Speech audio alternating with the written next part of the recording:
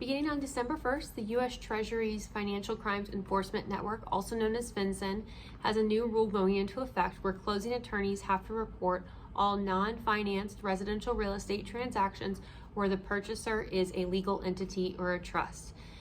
This means that anytime we have a cash closing when the buyer is an entity or trust, we will have to collect more information from the parties than we would have in the past.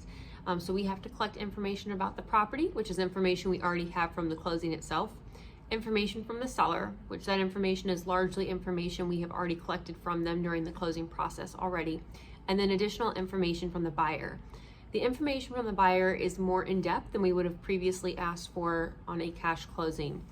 So for that cash closing now, when it's being purchased by a legal entity or trust, we'll have to, of course, have the buyer's name, but also the information on who are their beneficial owners, and then each beneficial owner's name, address, birthday, social security number, and citizenship status.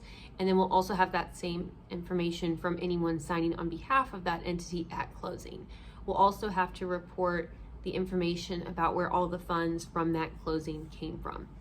As real estate agents, you don't need to worry about the details as much as just understanding and knowing that there's this new rule going into effect, which is why we're going to start asking for more information from your clients than we would have in the past. So if you have a buyer who purchased previously and so they never asked for this before, why are they asking for it now?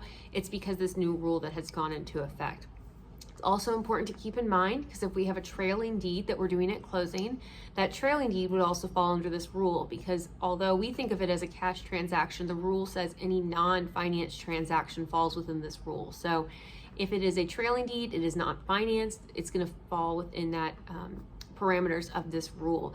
So we can still do a trailing deed at closing on a cash closing. We just need to know about it in advance so we can collect all the information we need in order to submit that report in order to be able to do it.